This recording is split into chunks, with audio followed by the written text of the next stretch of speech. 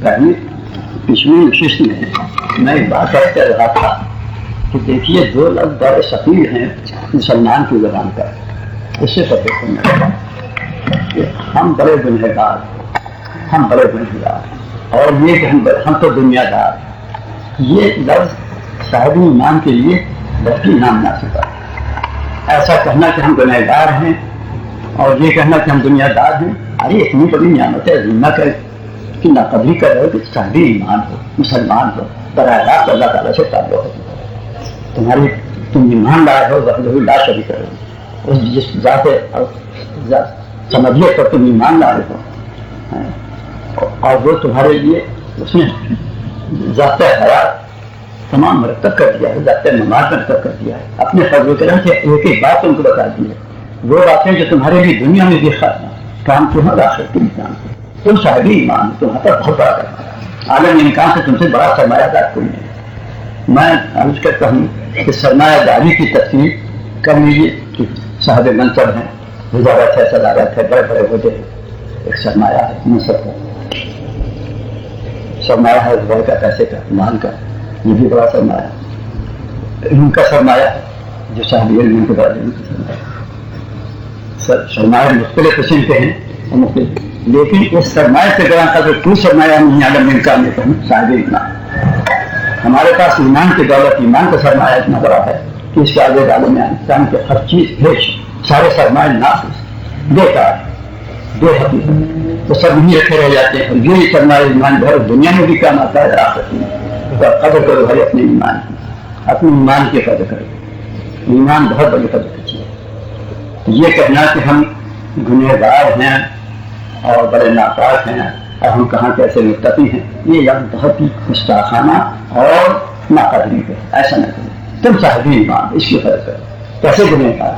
جس پر ایمان لا رہے ہو اس نے اپنے شان کرم سے، اپنی شان رحیمی سے، اپنے نبی رحمت صلی اللہ علیہ وسلم کے واسطے سے ہر مومن کا ہر گناہ معاف کرنے کا وعدہ فرما لیا کہ ہم تمہارے ہر گناہ معاف کر دیں گے. اللہ یغفر الذنوب جميعا. تم ایمان لا رہے ہو، تم ہمارا تو ہمارے ساتھ تمہارا تعلق ہے، تم کیسے نامید ہو سکتے ہو؟